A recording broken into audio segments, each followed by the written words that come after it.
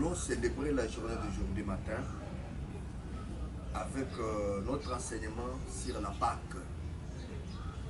Et j'ai béni tout le monde et tous les abonnés. Nous demandons que la lumière de Dieu les éclaire davantage. Nous voulons passer à l'écrit de la parole. Jean chapitre 19, verset 28 et verset 30, nous lisons le de Jésus-Christ.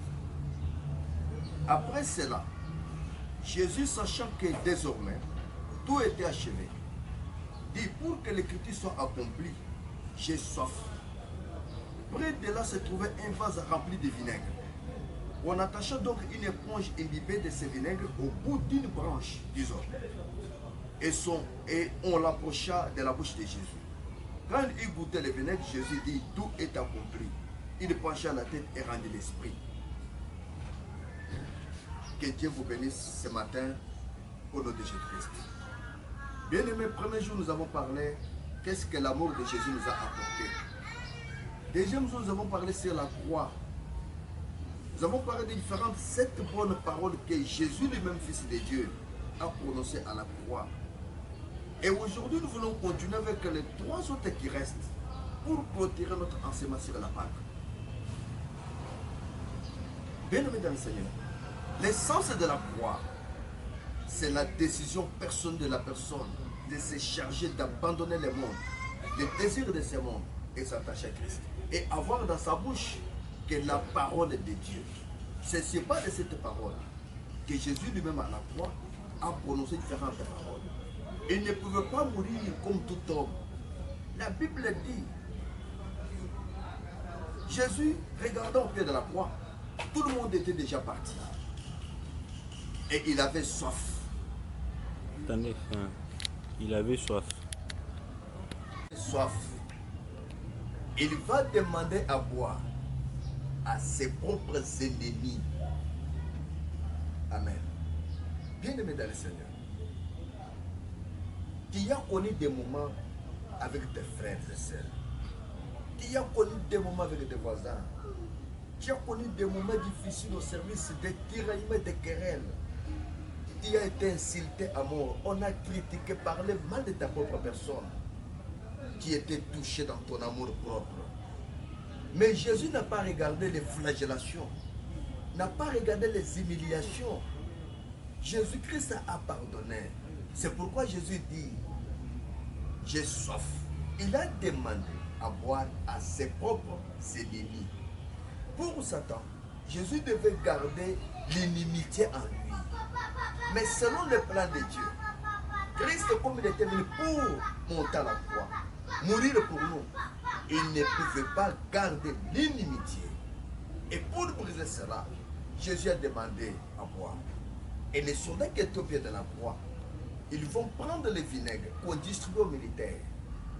Ils vont mettre à l'éponge. Les hommes, ils vont prendre une branche d'arbre. On va donner à Jésus.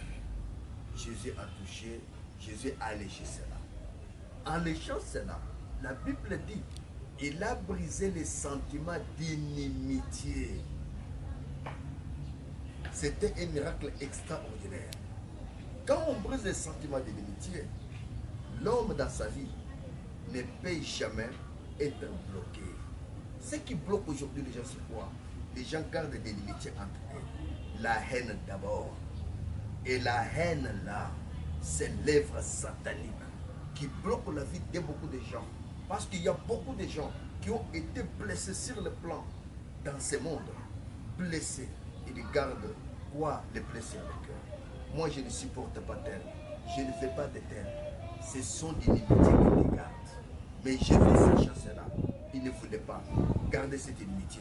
Il a demandé à boire à ses ennemis. Bien-aimés dans le Seigneur, nous devons placer notre vie dans l'esprit de la croix pour briser l'inimitié. Amen. Okay. Ça, c'était 5e parole. Que le Seigneur vous bénisse ce matin. Brisons l'inimitié dans nos vies envers nos prochains. Entrons dans l'esprit de la croix et plaçons notre vie dans la parole prononcée par Jésus à la croix. J'ai soif, il a demandé aux ennemis, il a brisé les sentiments d'inimitié. Amen, amen. Et 6e parole, Quand il y goûtait le vinaigre, Jésus dit, tout est accompli. Amen, amen. Jésus, quand il a bu, il termine. Jésus va dire, tout est accompli. Cela veut dire, Père, j'ai achevé le travail pour lequel tu m'as envoyé sur la terre. J'ai continué et j'ai achevé. Un enfant de Dieu doit marcher sur les monts, sur la chair, sur l'enfer, malgré les obstacles. Sa vie doit refléter la gloire de Dieu et marcher sur l'enfer, marcher sur les obstacles, en se chargeant de la croix pour vivre la victoire. Parce que si toi aujourd'hui, tu marches à l'ennemi de la croix, il n'y a rien qui se fera dans ta vie. Et tu ne seras jamais prospère. Tu vivras que des problèmes sur problèmes. Tout simplement pourquoi? Parce que tu marches à l'ennemi de la croix. Si tu es un ennemi de la croix, tu ne peux pas dire que tout est accompli pour ta vie. Parce que tu n'as pas l'esprit de la croix où tu commences du côté et tu achèves. Tu verras toujours ta vie en train de connaître des examens. Parce que tu marches à l'ennemi de la croix. C'est pourquoi Christ dit, tout est accompli. Ayons l'idée et la volonté d'achever ce que nous avons commencé. Amen. Septième parole. Luc chapitre 23, verset 46. La Bible dit, Père, j'ai remis mon esprit entre tes mains. Bien-aimé dans le Seigneur. Septième parole. Jésus-Christ, le Fils de Dieu, après avoir terminé à la croix, Jésus a rendu l'âme. Et avant que l'esprit puisse sortir, Jésus a commencé d'abord à consacrer une consécration permanente. Il devait remettre l'esprit entre les pères des esprits de toute chair, remettre l'âme ainsi que le corps. Pour dire quoi? Pour que son esprit ne soit pas entre les mains de quelqu'un d'autre. Quand quelqu'un qui est dans le Seigneur veut mourir, il va mourir bonnement, il ne fera pas beaucoup de gymnastique. Ce sont les anges qui vont s'approcher et vont les prendre dans l'esprit pour aller. Mais quelqu'un qui est dans les fétiches, un païen, un méchant, avant de mourir, c'est quelqu'un qui fera beaucoup de gymnastique. Pour que son esprit puisse sortir, c'est quelqu'un qui va commencer à crier. C'est quelqu'un qui fera beaucoup de gymnastique pour faire souffrir les gens. C'est pour faire voir. Quelqu'un qui est dans l'esprit de la croix doit mourir bonnement et laisser sa propre vie entre les mains du Seigneur. Et tous les jours de sa vie, quelqu'un se réveille le matin.